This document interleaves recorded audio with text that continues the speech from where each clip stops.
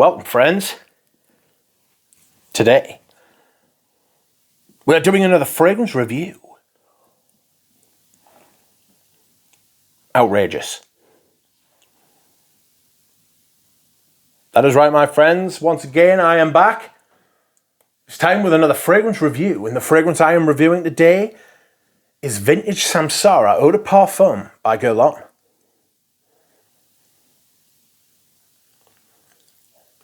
This review will follow my tried and trusty technique of telling you the notes, telling you which notes I get, and then just discussing the fragrance at length.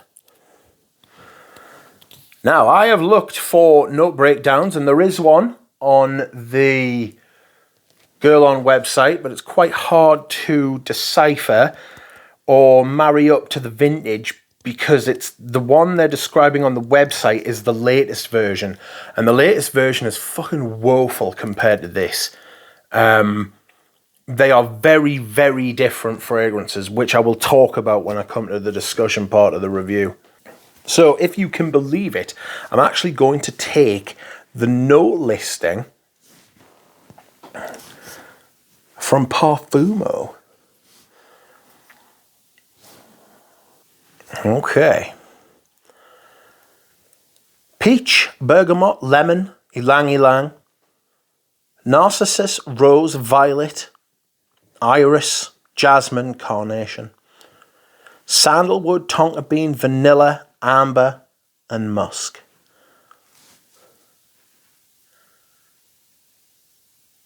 And the notes I get are ylang ylang, jasmine, sandalwood,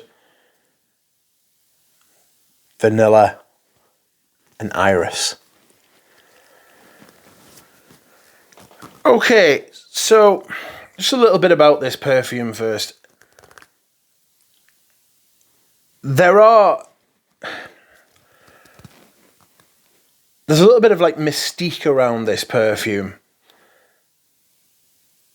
It was, a lot of people I have heard say this was like the last great like pillar of Guerlain. I'm not sure. I actually think L'Instant de Guerlain in 2005 by Beatrice Piquet is actually, maybe with the exception of Encens Mythique, the last great Guerlain. You know, the stuff they're putting out now is just LVMH sludge. It's so shit. This, you couldn't be further. This release you see before you, the vintage version of this, the original version, I'll come on to that, couldn't be further away from even what's available in store now as Samsara. Couldn't be more further away from the rest of the shite they're putting out, which is really, really just awful. This was released in 1989. Jean-Paul Guerlain worked on it, but he worked on it with another perfumer now. You will see some places say that it was Gerard Anthony, who's one of my favourite perfumers and created Balenciaga Pour Homme. You will see some other places say that it was Anne-Marie Saget, who also worked on Derby, the original Derby.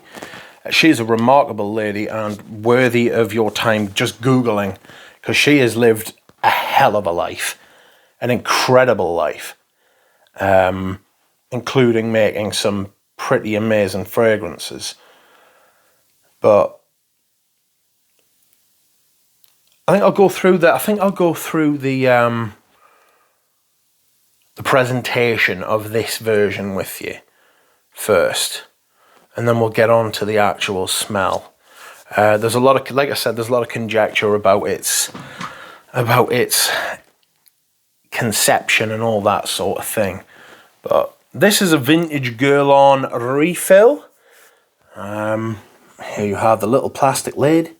I don't think you can get them like this. In fact, I'm certain you can't get them like this. Now, see this here? You have to twist that. Fuck's sake. You have to twist that, right? So you twist that. That unlocks, comes away. It took me ages to find that out, right? And then you pull this out, and here is the actual bottle, okay? It's got Samsara written down here. I know it's hard to see. And it's got Guerlain written down here. On the bottom, Eau de Parfum Recharge Vaporizator 100ml. The batch code for this, just give me 2 seconds, I haven't got my glasses on.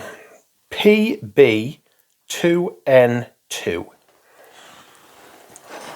Now, what's important about that is that it's a 90s bottle. I can't remember exactly what year that is, but it's a 90s bottle. Now, I don't know how many of you know this, but the regulations on Mysore sandalwood came into effect in the year 2000. The Indian government became extremely concerned that Mysore sandalwood was being over-harvested and used by people for non-spiritual purposes to the point where it was going to become extinct.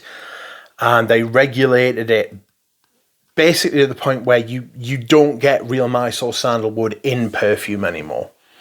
So when you see quote-unquote Mysore sandalwood in your favourite perfume that is on the shelves today, unless it is a bottle that was literally bottled before the year 2000, it ain't got real Mysore sandalwood in.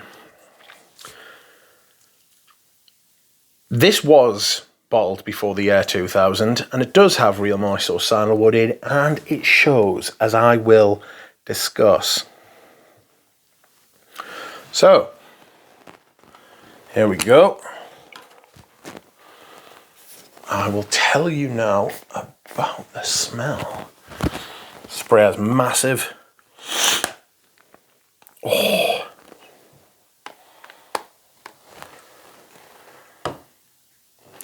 Okay. Oh. This is a magical perfume, an incredible experience. It has everything you would expect and hope for from Guerlain. It's classy. It's extremely classy. It's more classy than any Chanel perfume, if I'm being honest. It's got that light, powdery, floral, clean, warm, and yet bitter opening with your bergamot, your peach, a little bit green, fresh.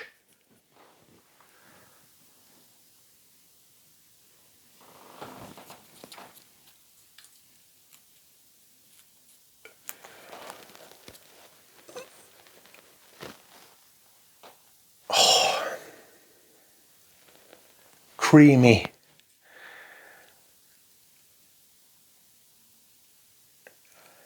Sensual.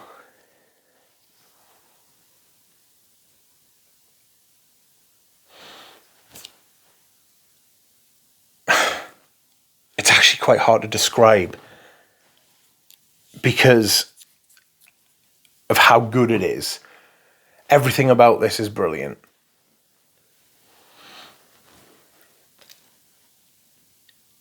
To me, this is feminine. It's not girly, it's feminine. It's grown up. It's serious, but it's also a little bit dreamy.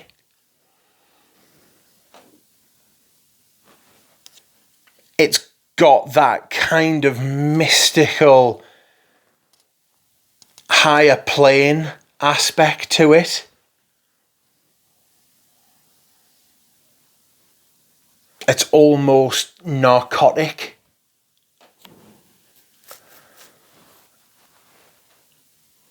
There isn't as... It does change, it does evolve, and it is...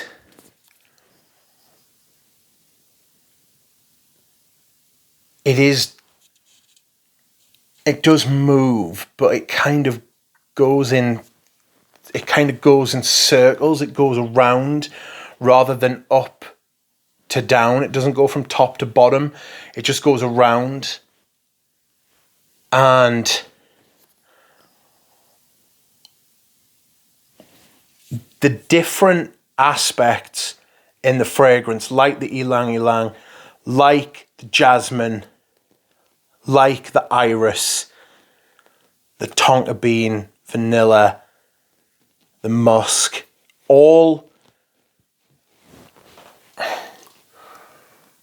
all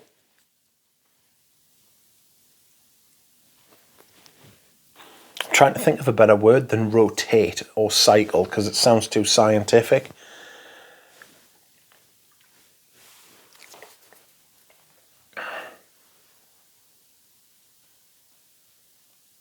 They all slowly spin. They all slowly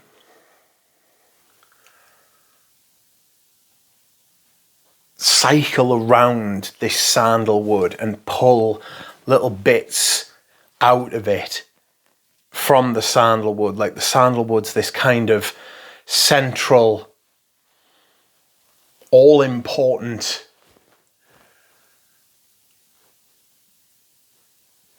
godlike figure in the center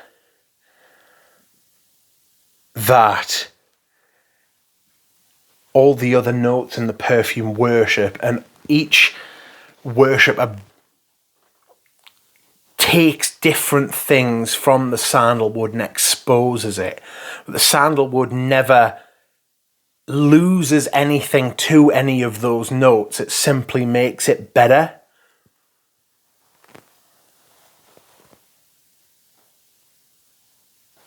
Like it's gone from being powdery, and it's very light powder. It's not that kind of sickening powder. It's not overly powdery, which I find Chanel's to be.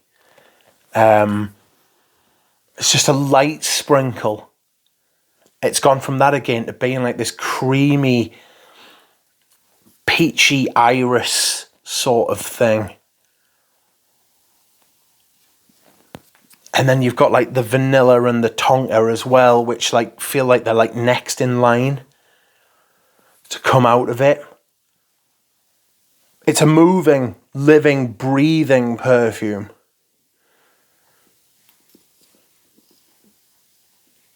It's absolutely astonishing.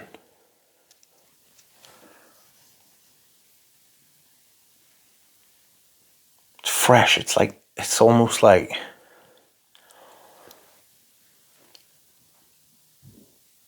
this like amazing,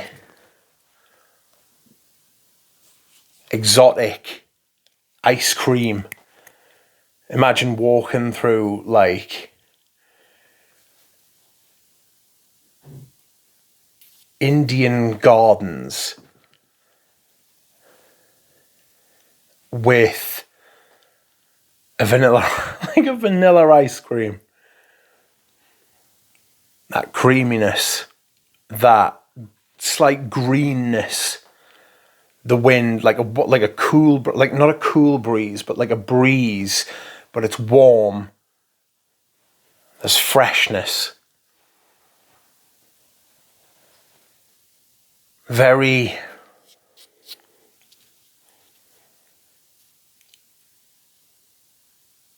I'm really struggling actually to review this. I'm really struggling to review it because when I hear myself talk about it, I'm like, you're not doing it. You're not saying what you need to say. It's not right. It's not good enough, and I rarely feel that way, like ever. It's absolutely magical. It really is magical. It feels religious. It feels otherworldly. It feels like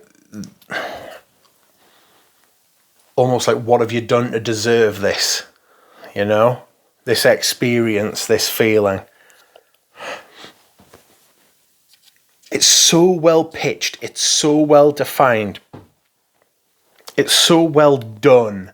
I don't want to use the words well blended because I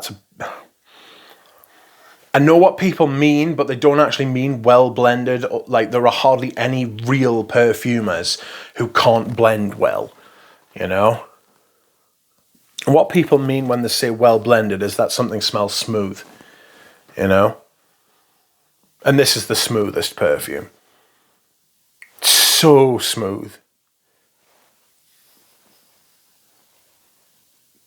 that real, genuine Mysore sandalwood. You can have other sandalwoods, but this, you can tell that it's real Mysore sandalwood. You can tell it's just better. It's just finer. Just in every way, you know. And it smells mystical. It gives what people fantasize about India. You hear a lot of people talk about India and how amazing it is, and the culture and like the landscapes and the people and the religions and all that rich, amazing sort of storied history of India, that like everything India's given to the world. This feels like it does that culture, those cultures justice. It feels like the very best of it, you know, or an idealized version of that. It's fresh, it's creamy, it's ambery. It's everything. It's truly one of the great perfumes of the 20th century. This version. If you're going to get it, get the vintage or don't bother. Sorry. I don't know what else I can say. I feel like I haven't done it justice, so I'm just going to go. So thank you very much for watching, everyone. And I will see you again soon.